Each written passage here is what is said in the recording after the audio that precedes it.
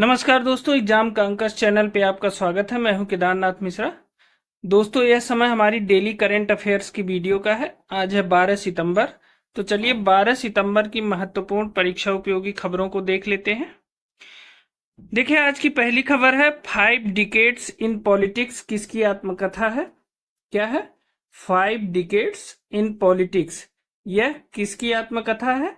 यह है सुशील कुमार शिंदे की आत्मकथा।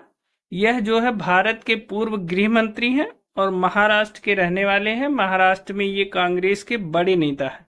ठीक है, तो हाल ही में इनकी इस पुस्तक का विमोचन किया गया है।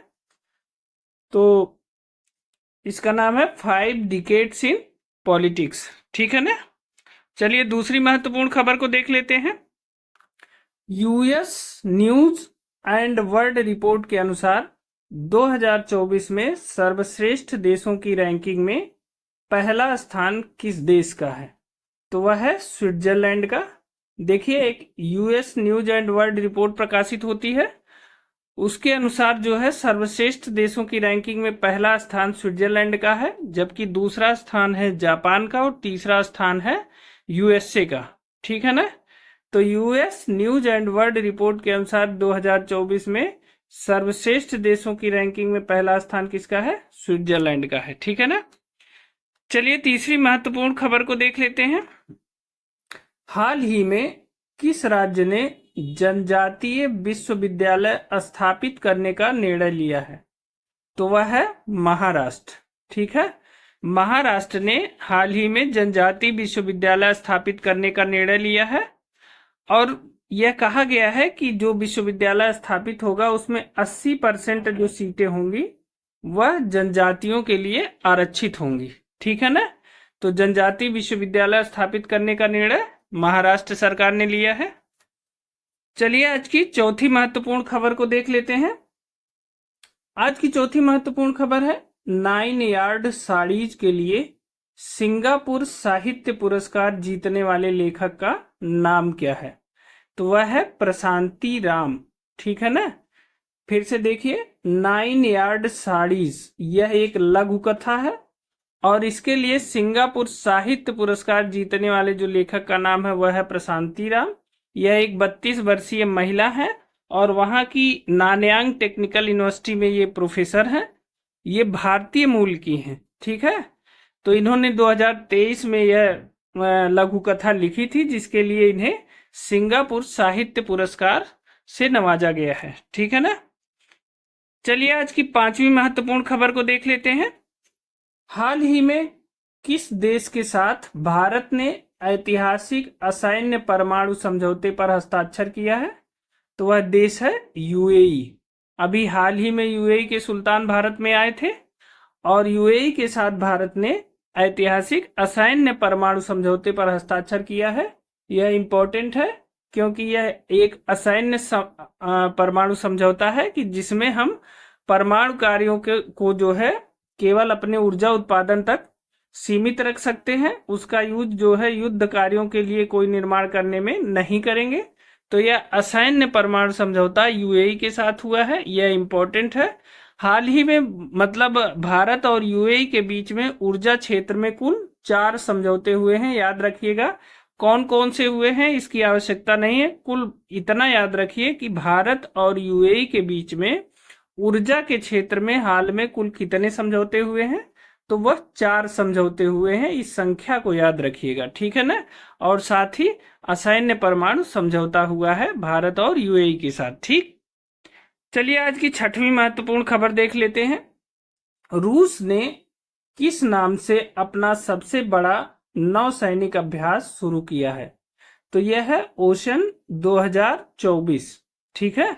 तो रूस ने अपना सबसे बड़ा नौसैनिक अभ्यास शुरू किया है ओशन 2024 और इसमें रूस के सभी 5 बेड़ों को शामिल किया गया है। मतलब ये बहुत बड़े लेवल का युद्धाभ्यास है। आप जानते हैं कि रूस और यूक्रेन के बीच इस समय युद्ध चल ही रहा है, अभी तक समाप्त नहीं हुआ है।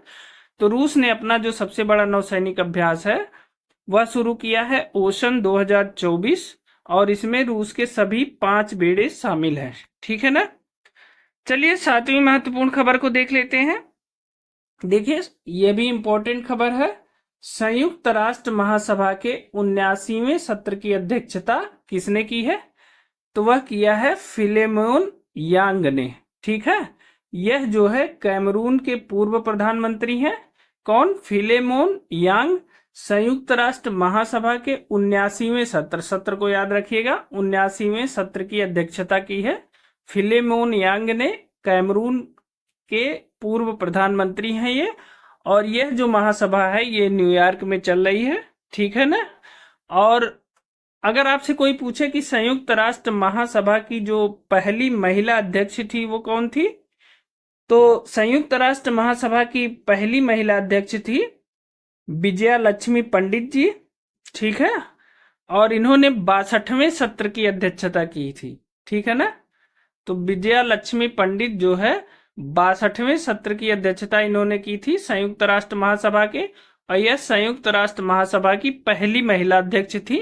आप इसे जरूर याद रखिएगा। ठीक है ना, क्योंकि ये कथन कारण में प्रश्न बनाया जा सकता है कि संयुक्त राष्ट्र महासभा की पहली महिला अध्यक्ष विजया लक्ष्मी पंडित थी, और दूसरा कि संयुक्त राष्ट्र महासभा के 79वें सत्र की अध्यक्षता की फिलेमोन यांग ने। तो ये पूछ लेगा कि कथन और कारण में से एक और दो दोनों सही है। ठीक है ना, तो ये इंपॉर्टेंट है, इसे याद रखिएगा। चलिए 8वीं महत्वपूर्ण खबर को देख लेते हैं। मालपे और मुल्की, ये दो नाम है। ये क्या है आपको बताना है कि मालपे और मुल्की क्या है। तो ये है पनडुब्बी रोधी युद्धपोत। ठीक है, ये इनका निर्माण भारत के कोच्चि शिपयार्ड में किया गया है और नौसेना ने हाल ही में इसका अनावरण किया है। तो मालपे और मुल्की जो है यह पनडुब्बी रोधी युद्धपोत है। इनका निर्माण कहाँ किया गया है? कोच्चि शिपयार्ड में किया गया है, ये याद रखिएगा। कोच्चि शिपयार्ड में इनका निर्माण किया गया है और नौसेना ने हाल ही में इसका अनावरण किया है। तो मालपे और मुल्की क्या है? यह है पनडुब्बी रोधी युद्धपोत, याद रखिएगा। चलिए 9वीं महत्वपूर्ण खबर को देख लेते हैं। हाल ही में केंद्र सरकार द्वारा शुरू की गई प्रधानमंत्री मत्स्य किसान समृद्धि सह योजना। ठीक है, मत्स्य किसान समृद्धि सह योजना के लिए कितने करोड़ रुपए का प्रावधान किया गया है? तो वह है 6000 करोड़ रुपए वर्ष 2024-25 के लिए। ठीक है ना। तो देखिए, फिर से देख लीजिए, हाल ही में केंद्र सरकार द्वारा शुरू की गई प्रधानमंत्री मत्स्य किसान समृद्धि सह योजना के लिए कितने करोड़ रुपए का प्रावधान किया गया है? तो वह किया गया है 6000 करोड़ रुपए का प्रावधान, और वर्ष 2024-25 के लिए। ठीक है, जैसा कि आप जानते हैं कि इसके पहले प्रधानमंत्री मत्स्य संपदा योजना शुरू की गई थी, और वह जो है वर्ष 2020 में शुरू की गई थी। अभी उसके 4 साल पूरे हो गए हैं। तो उसकी मतलब सफलता को देखते हुए अब यह प्रधानमंत्री मत्स्य किसान समृद्धि सह योजना शुरू की गई है, ताकि उस क्षेत्र में और तेजी से कार्य किया जा सके। ठीक है ना।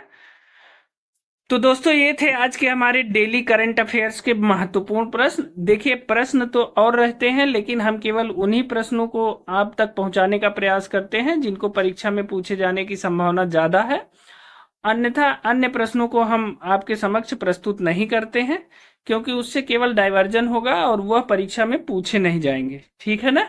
तो आज के लिए इतना ही। अगर ये वीडियो आपको अच्छी लगी हो तो एक लाइक जरूर करिएगा। साथ ही अगर आप इस चैनल पे नए हैं तो इस चैनल को सब्सक्राइब कर लीजिएगा।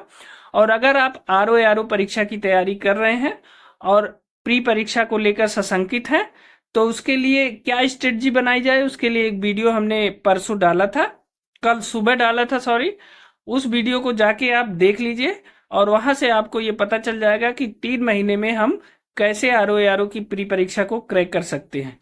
तो आज के लिए इतना ही। मिलते हैं अगली वीडियो में किसी नए तथ्य के साथ। तब तक के लिए बहुत बहुत धन्यवाद।